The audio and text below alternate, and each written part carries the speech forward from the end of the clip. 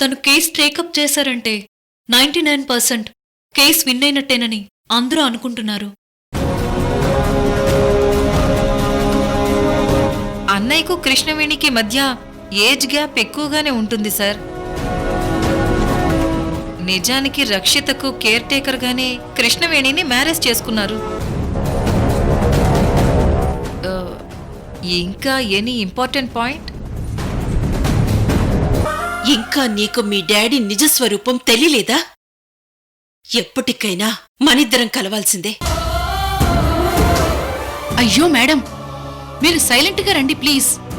Court దగ్గర ఇలా nuisance చేయడం కరెక్ట్ కాదు. ప్లీజ్ రండి, ప్లీజ్ పదండి.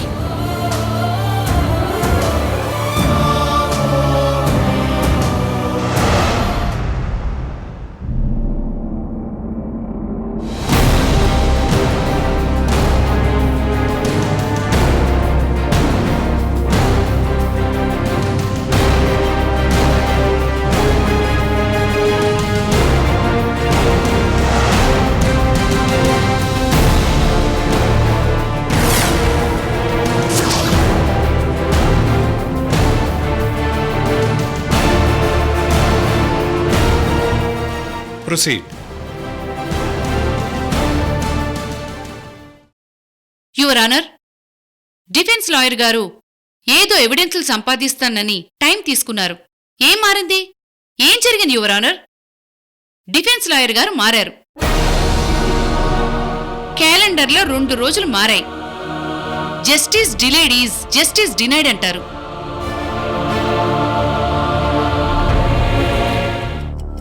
ఆలస్యం చేయటం కూడా ఒక రకంగా అన్యాయం చేయటమే అవుతుంది. అన్ని ఎవిడెన్సులు కోర్టు వారికి సమర్పించాం. ముద్దాయికి కఠినాతి కఠినమైన శిక్ష విధించి నా క్లయింట్కి న్యాయం చేయగలరు.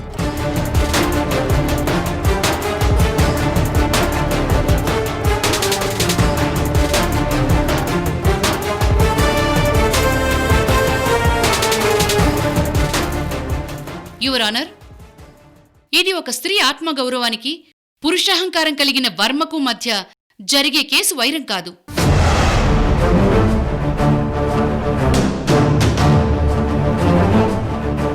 ఈ కేసులో మీరిచ్చే తీర్పు ద్వారా కేవలం నా క్లయింట్కి మాత్రమే న్యాయం జరగటం లేదు, ఎందరికో నమ్మకం కలుగుతుంది.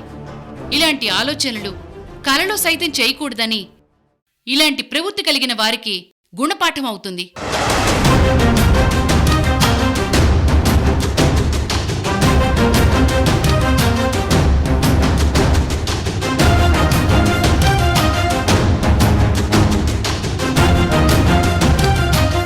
లైంగిక దాడి చేసినందుకు, కొట్టి గాయపరిచినందుకు, బెదిరించినందుకు ఎన్నెన్ని సెక్షన్లు ఇంపోజ్ చేసినా ఈ వర్మకు శిక్ష తక్కువే అవుతుంది your honour.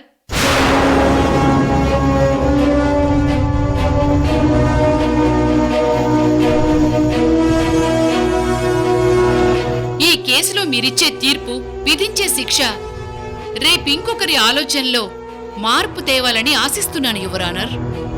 That's it, Your Honor. Thank you.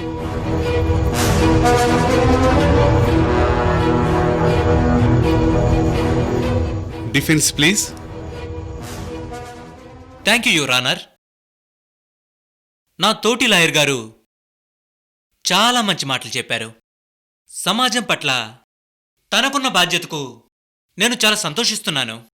ఆవిడ చెప్పినట్లుగానే నా క్లయింట్ వర్మగారిని కఠినంగా శిక్షించాలి.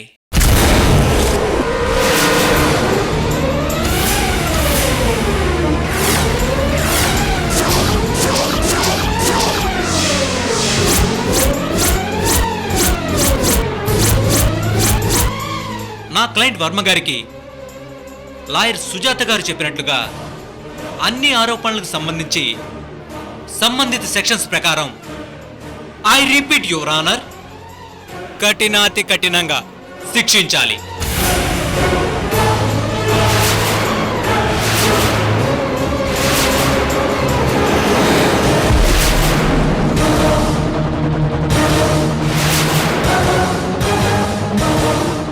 డిఫెన్స్ లాయర్ గారు,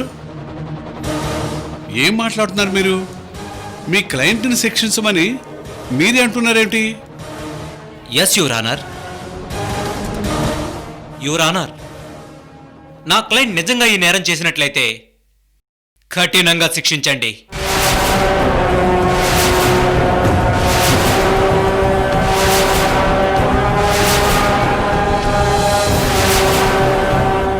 నా క్లయింట్ వర్మ గారు లేఖ గారిని వేధించినట్టు, లైంగిక దాడికి పాల్పడినట్టు రుజువైతే కఠినంగా శిక్షించండి.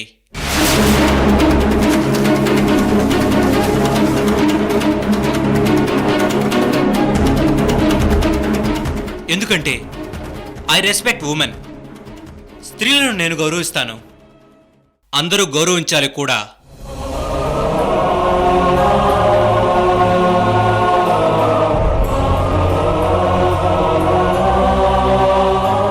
స్త్రీల హక్కులను, వారి మాన ప్రాణాలను రక్షించేందుకు ఎన్నెన్నో చట్టాలొచ్చాయి. ఈ మధ్య జరిగిన కొన్ని దురదృష్టకరమైన సంఘటనల వలన కొన్ని చట్టాలొచ్చాయి, కొన్ని అమెండ్మెంట్స్ జరిగాయి. ఇవన్నీ అవసరమే your honour.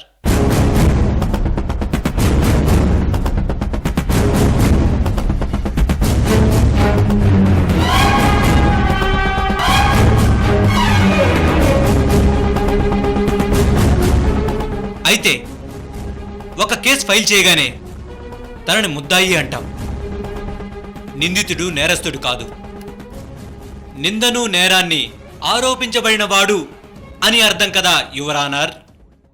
Objection your honour. Defence lawyer గారు అసలు కేసు విషయాన్ని పక్కన పెట్టి ఏదేదో ఉపన్యాసాలు ఇస్తున్నారు. ఇదొక straight forward case your honour. ఇందులో ఎలాంటి కన్ఫ్యూజన్స్ లేవు. డిఫెన్స్ లాయర్ గారు, దయచేసి విలువైన కోర్టు సమయాన్ని వృధా చేయకండి. డిఫెన్స్ లాయర్ గారు, పాయింట్కి రండి. Okay your honour. Prosecution lawyer గారు అన్నట్టు ఇది సింపుల్ కేసు కాదు, స్ట్రైట్ ఫార్వర్డ్ కేసు అంతకన్నా కాదు.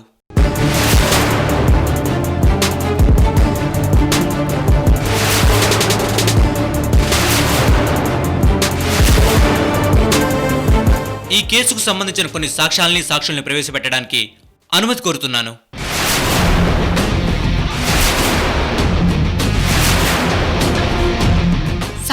సాక్ష్యాలు అంటూ ఈ కేసులో ఎవరూ లేరు యువర్ ఆనర్.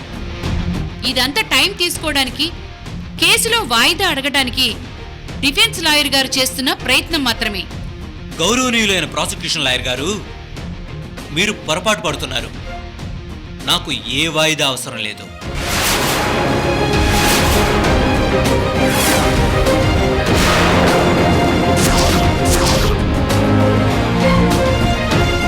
యువర్ ఆనర్, కొన్ని క్రాస్ ఎగ్జామినేషన్స్కు మాత్రమే అనుమతి కోరుతున్నాను.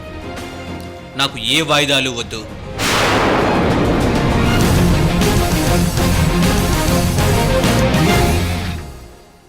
లంచ్ బ్రేక్ తర్వాత కేసు విచారణ కొనసాగిద్దాం.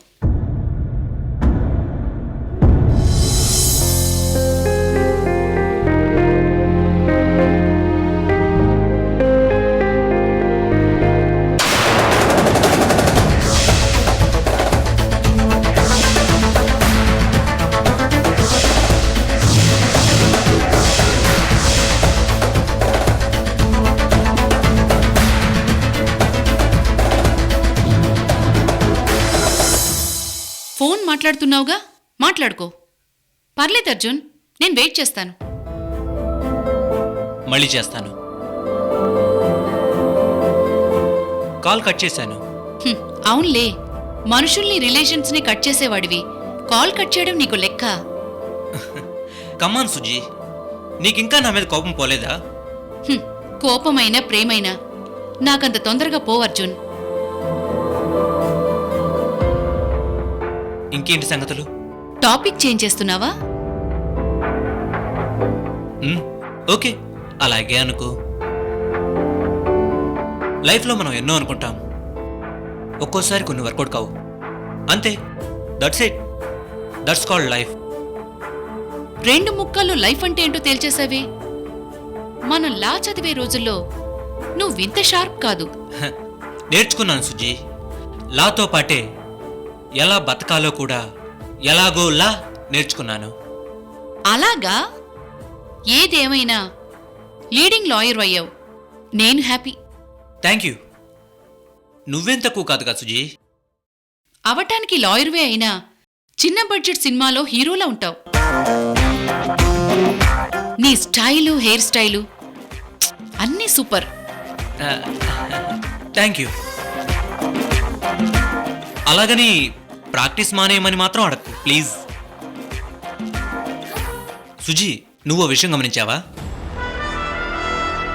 మనిద్దరం ఒకే కేసు వాదిస్తున్న అపోనెంట్స్ మీ అయినా కానీ ఇంతసేపు మాట్లాడినా కేసు గురించి ఒక్క ముక్క కూడా మనం డిస్కస్ చేయలేదు. ఇదే నిజమైన ప్రొఫెషనలిజం. అలా మాట్లాడడం ఎథిక్స్ కూడా కాదు. Yes, you are right. Time అవుతుంది, బయలుదేరదామా? ఏయ్, ఒక్క నిమిషం. నాకు ఆల్ ది బెస్ట్ చెప్పవా? చెప్పను.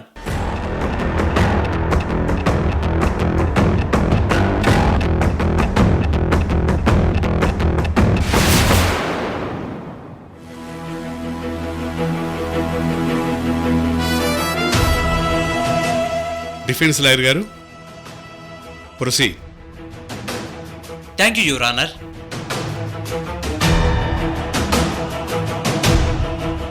ఈ కేసులో పిటిషనర్ లేఖ గారిని క్రాస్ ఎగ్జామినేషన్ చేయడానికి కోర్టు వారిని అనుమతి కోరుతున్నాను. Objection your honour. ఇదొక క్రిస్టల్ క్లియర్ కేసని మొదటి నుంచి చెప్తూనే ఉన్నాను. అన్ని ఎవిడెన్సులు సబ్మిట్ చేశాం. ఇంకా క్రాస్ ఎగ్జామినేషన్ ఎందుకో నాకు అర్థం కావడం లేదు. అవసరం ఉంది యువర్ ఆనర్. జరిగిందేంటో కోర్టు వారికి డీటెయిల్గా చెప్పాల్సిన బాధ్యత పిటిషనర్కు ఉంది.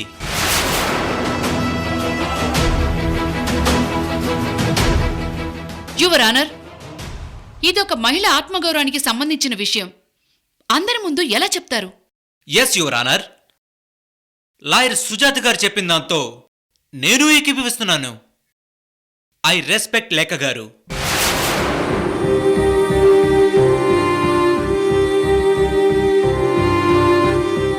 అందుకని అందరినీ కాసేపు బయటికి పంపమని కోర్టు వారిని కోరుతున్నాను.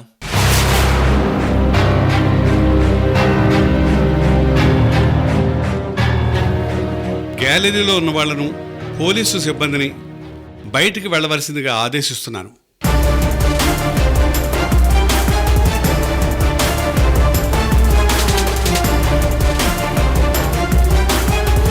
మీరుండొచ్చమ్మా.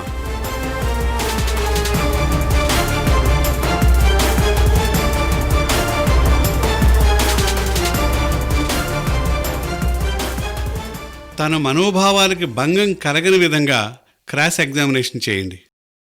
తప్పకుండా యువర్ ఆనర్. కోర్టు సాంప్రదాయాలను, మర్యాదలను పాటిస్తాను.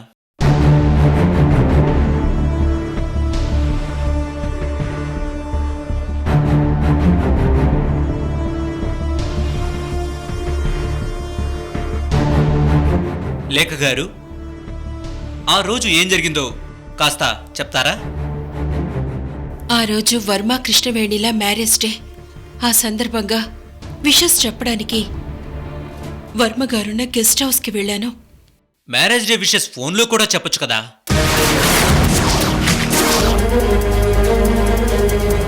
ఒక ఫ్లవర్ బొకేతో పాటు గిఫ్ట్ కూడా ఇచ్చి విషెస్ చెప్పాలని వెళ్ళాను.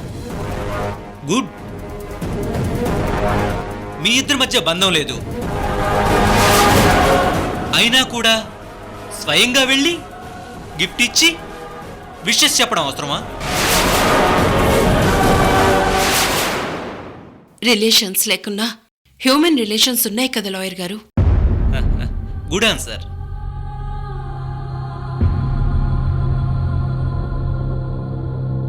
విషెస్ చెప్పడానికి, గిఫ్ట్ ఇవ్వడానికి డేలో వెళ్ళొచ్చు కదా, నైటే ఎందుకు వెళ్ళారు?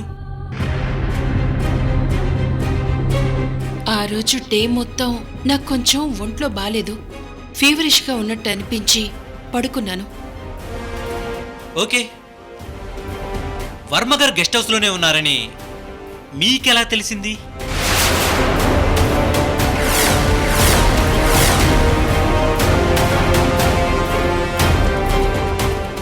వర్మగారు ఎప్పుడూ ఒకసారిగాని తన గెస్ట్ హౌస్కు వెళ్లరు. తను అక్కడే ఉన్నాడని మీకెలా తెలిసింది? మామూలుగా ఇలాంటి స్పెషల్ అకేషన్స్లో వర్మగారు గెస్ట్ హౌస్లో గడుపుతారు. ఆ రోజు కూడా అక్కడే ఉండొచ్చని గెస్ట్ చేశాను. Note this point your honour.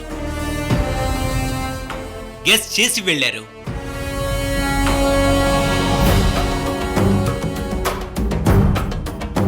సరే లేఖ గారు, అక్కడికి వెళ్ళాక ఏం జరిగిందో మీకు ఇబ్బంది లేనంత వరకు కోర్టు వారికి చెప్పండి. ఐ రిపీట్ లేఖ గారు, మీకు ఇబ్బంది లేనంత వరకే వివరించండి. I respect you. అలాగే.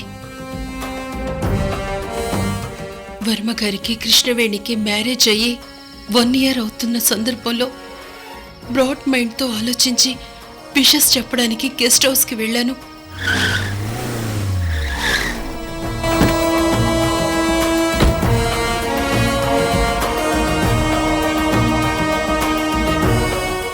అప్పటికే వర్మగారు మందు తాగుతూ కనిపించారు. నే వెళ్ళి తప్పు చేసేనా అనిపించింది నాకు ఆ క్షణంలో. వర్మగారు డ్రింక్ చేస్తూ ఏంటో కొత్తగా మాట్లాడడం మొదలుపెట్టారు. ఏ నువ్వు లేఖవా కృష్ణవేణివా?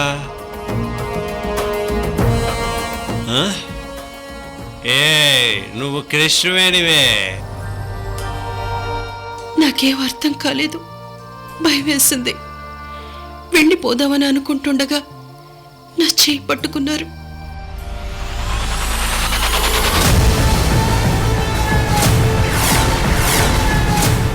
నేను షాక్ అయ్యాను, భయపడ్డాను. ఆ రోజు వర్మ మొహంలో ఏదో తెలియని కొత్త లుక్ను గమనించాను. నేను తప్పించుకొని వెళ్ళటానికి ప్రయత్నించాను. వర్మగారు, వర్మగారు, ఏంటిది? ఏ దీన్ని ప్రేమ అంటారు, ఇంకేదేదో అంటారు. పద. వర్మగారు వదల్లేదు. వర్మగారు చెయ్యి వదలండి. ఏ పద, నేను చెప్తున్నాను కృష్ణవేణి. నేను అరిచాను, మొత్తుకున్నాను. కాపాడండని ఎంత అరిచినా వర్మగారు వదల్లేదు. నన్ను బెడ్రూమ్లోకి లాక్కెళ్లారు.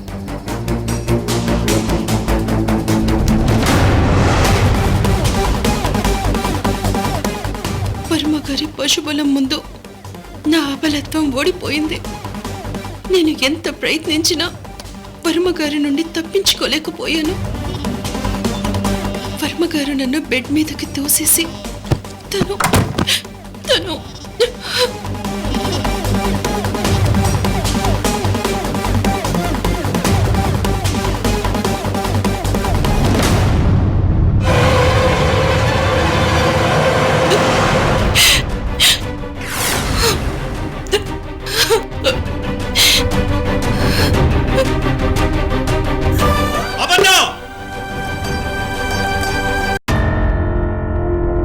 ఇదంతా అబద్ధం. అబద్ధం చెప్తుంది లాయర్ గారు. ఈవిడ్ని నమ్మద్దు. Order, order. కోర్టులో మీరు ఇలా అరవకూడదు.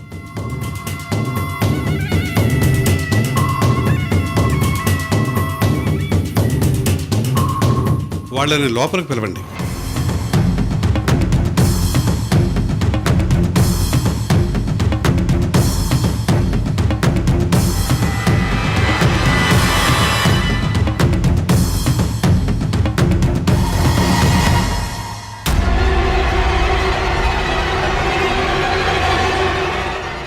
యువర్ ఆనర్, ఒక స్త్రీ ఇంత చెప్పాక కూడా ఇంకా ఏం మిగిలింది చెప్పండి? నిందితుణ్ణి కఠినంగా శిక్షించండి. లేఖ గారు, మీరు చెప్పిన దాని ప్రకారం ఇన్సిడెంట్ రాత్రి జరిగితే కంప్లైంట్ పొద్దున ఎప్పుడూ వచ్చారేంటి?